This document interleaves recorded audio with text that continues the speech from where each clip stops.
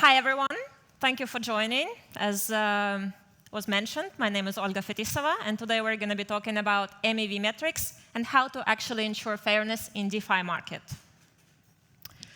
So the first part of the talk, I'll be focusing mainly on what MEV is, what it means for us, what it means for the community. We'll cover some metrics. We'll go through some stats. And the second part of the talk will be focusing mainly on the transparency initiatives, challenges, and solutions.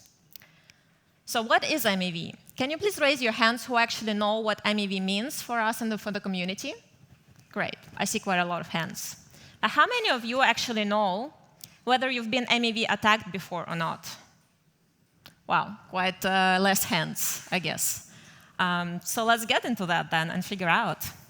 So while blockchain network ensures all transactions are valid and new blocks are appearing, preventing the downtime, it is actually not a guarantee that all transactions will be ordered in the exact same manner they appear to the blockchain.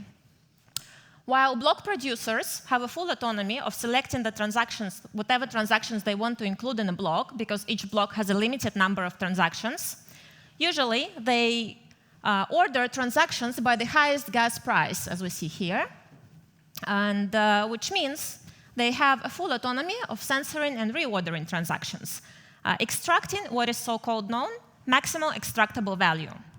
So in other words, MEV is the profit that can be extracted by miners or other actors of the blockchain network who can insert, remove, or reorder transactions, making it more profitable for themselves. According to Flashbots, the organization that focuses on MEV research, nearly $500 million has been extracted just this year from MEV opportunities, just since the merge. So can you imagine what number? And this number, this value actually accounts for the number that's been paid to validators only, to the Ethereum validators, which means the attackers actually earned way more than that, and we'll get in a few slides why. So to put this in a perspective, it creates a very big opportunity, right? On certain days, Ethereum validators earn way more ETH while extracting MEV opportunities than from executing the transactions than from the transactional fees.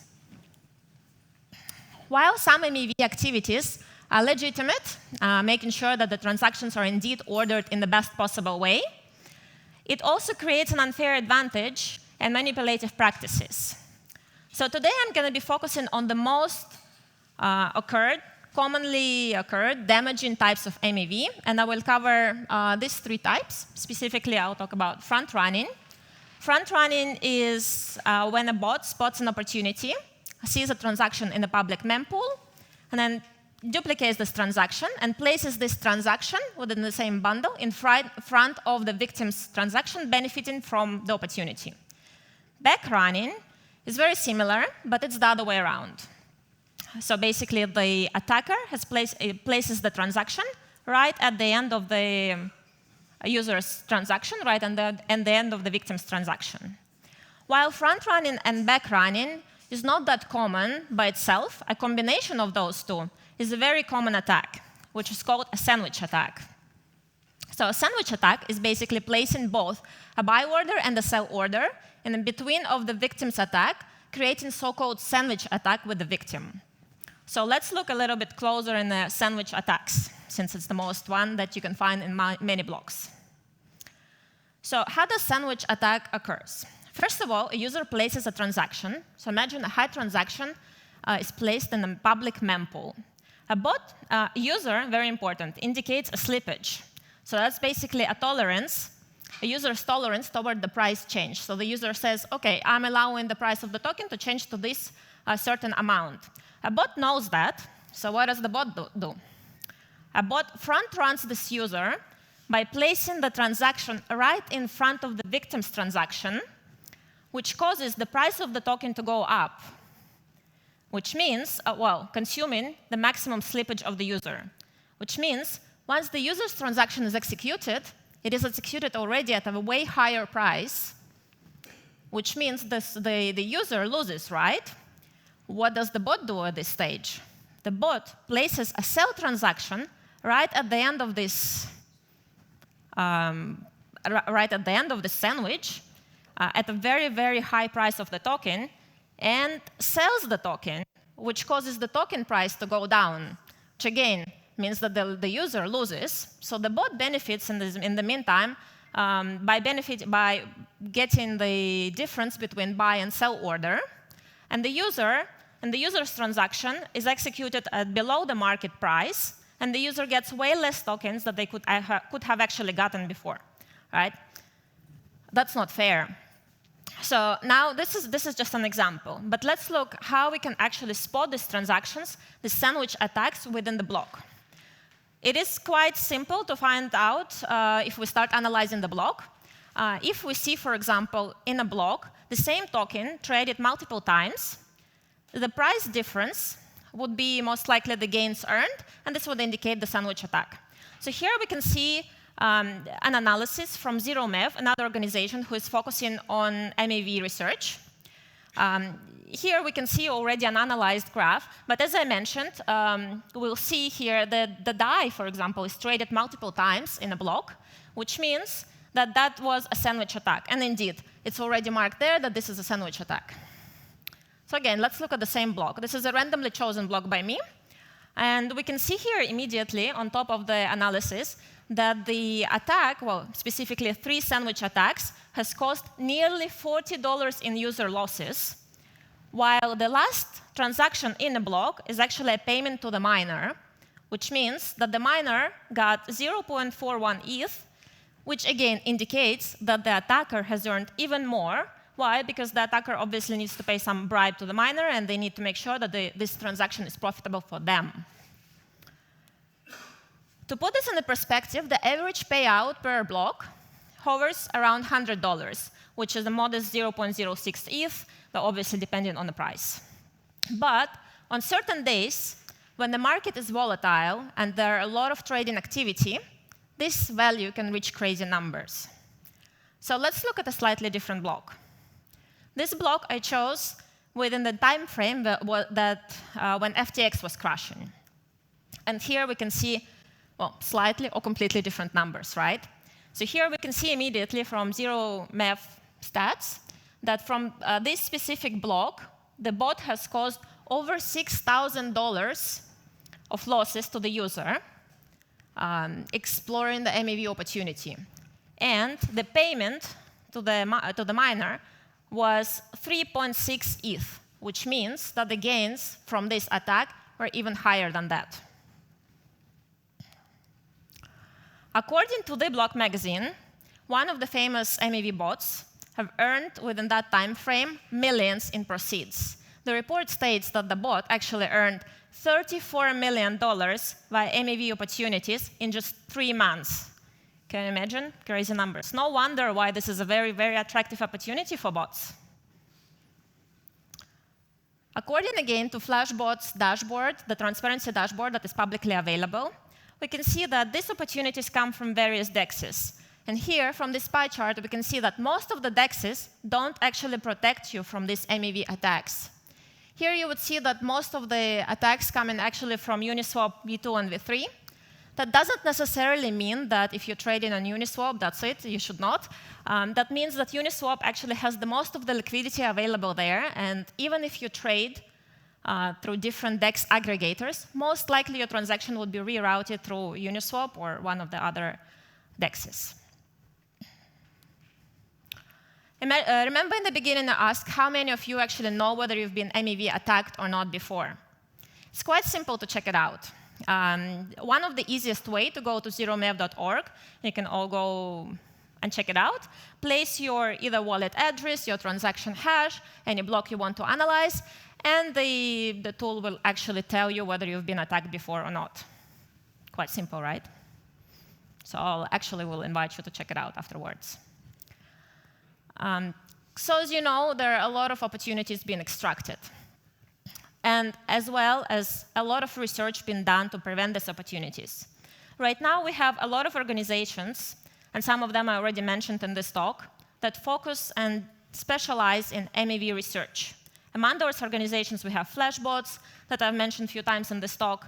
we have EigenPhi, we have ZeroMev that I also mentioned in the talk, and all of them dedicate a lot of resources to actually understand and evaluate the situation. But that doesn't really protect us, right? So today I'm going to mention 2 ways that you can already protect yourself. One of the ways would be using an additional RPC endpoint. For those who doesn't know, RPC endpoint is the way within blockchain application to communicate with the blockchain. It is a request-response-based model that sends, where an application sends a request to the blockchain and it receives a response with the requested data. It is insanely simple to adjust it in your favorite wallet, such as MetaMask wallet, with just a couple of clicks. Among those RPC endpoints, we have a few famous ones: MEV blocker, MEV share, background me, and some other ones. They're quite simple, but obviously some of them have more advantages than others. And let's look a little bit closer on MEV blocker. Why MEV blocker is special? So first of all, as I mentioned, it is very simple to adjust it in your wallet, your favorite wallet, such as MetaMask wallet, with just a couple of clicks. And what it's going to protect you from, first of all, it sends all the transactions. Instead of the public mempool, it sends it to MEV, private pool.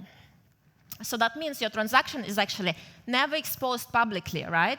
So that means that the searcher does not really know about your transaction.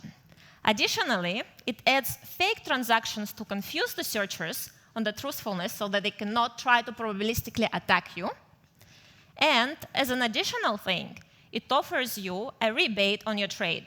So while it protects you from front running, it allows still back running.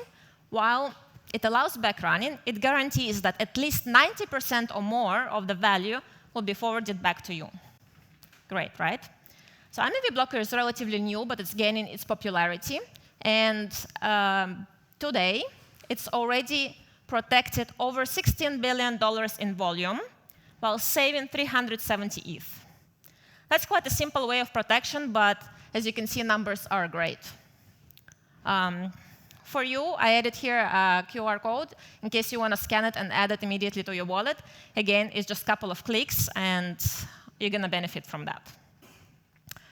So as I mentioned, this is one of the ways to protect yourself.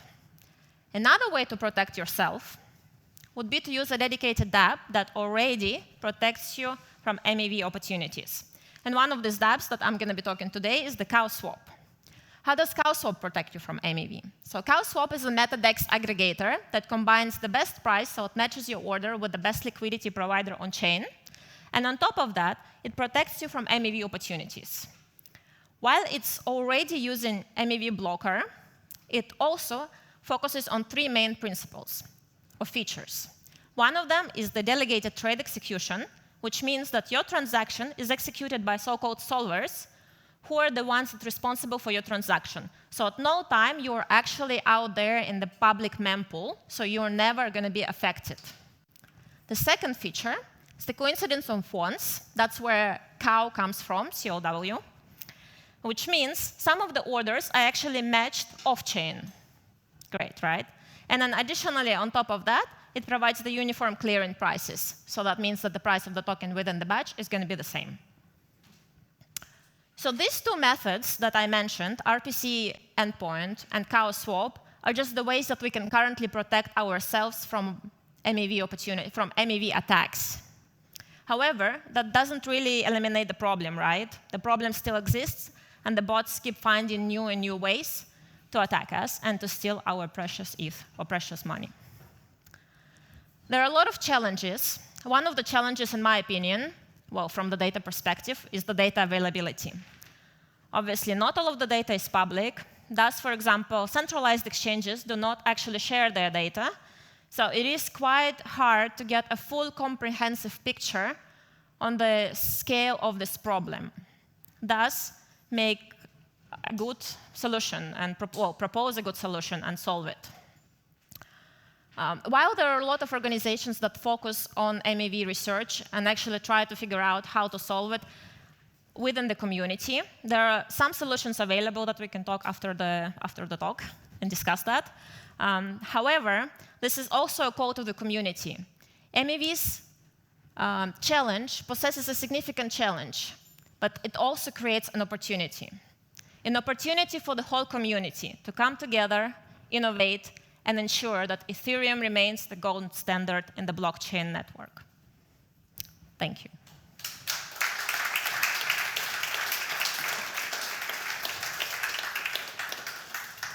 Thank you so much, Olga. Who has questions? Let's start there.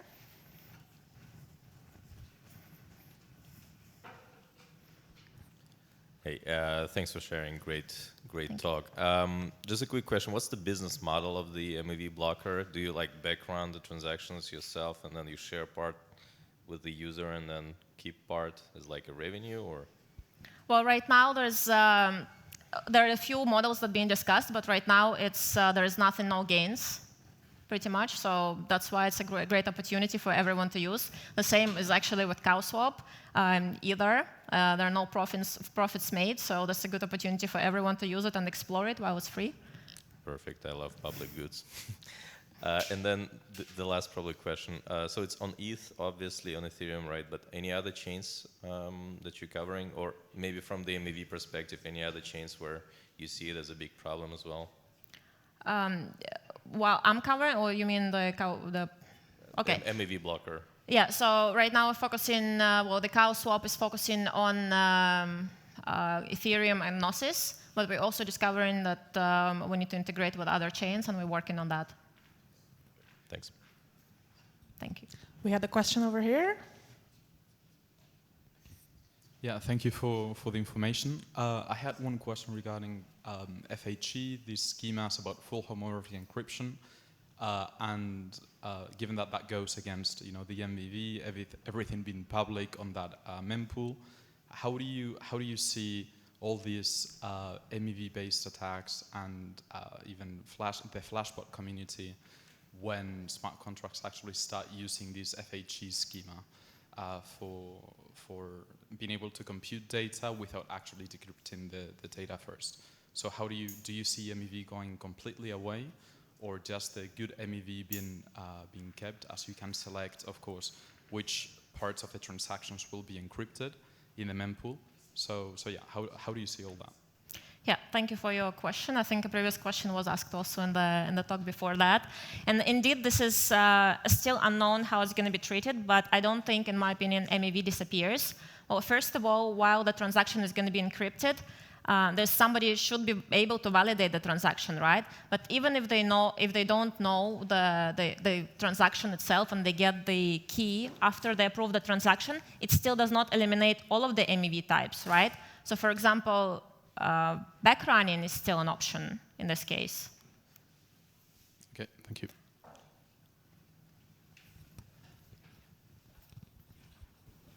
Yeah, thank you very much for the talk. I was curious how CowSwap's approach compares to Uniswap X and 1inch Fusion in terms of MEV protection. Thanks. So indeed, there are obviously some competitors available right now as of a few months. However, we actually did a comparison on that, and CowSwap still offers quite a few benefits. First of all, it provides you some transaction types that are not actually available. Then, such as TWAP, for example, orders, limit orders, and so on. Another benefit is that we actually batch the transactions together, and they are executed at a uniformed price, which means that the price within the block, within the batch, is going to be the same, which again prevents you from being exposed to some of the MEV opportunities. Okay, thank you. We still have time for questions, if anybody has some more.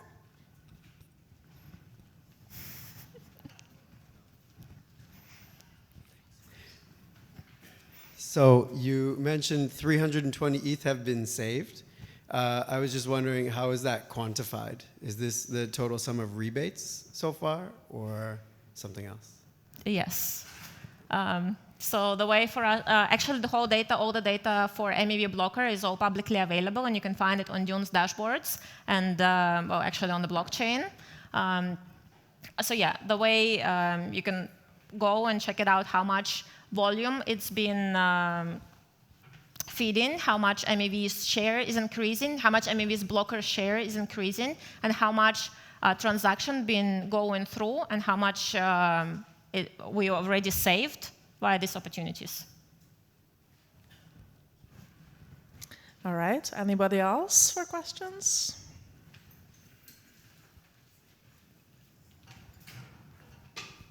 Hi, thanks for the talk.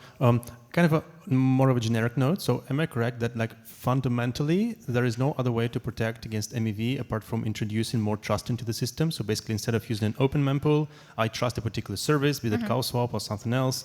And basically I say, okay, you can front run me, but I trust you not to do that. And you basically trade off trust for money. Yeah. Thanks for your note.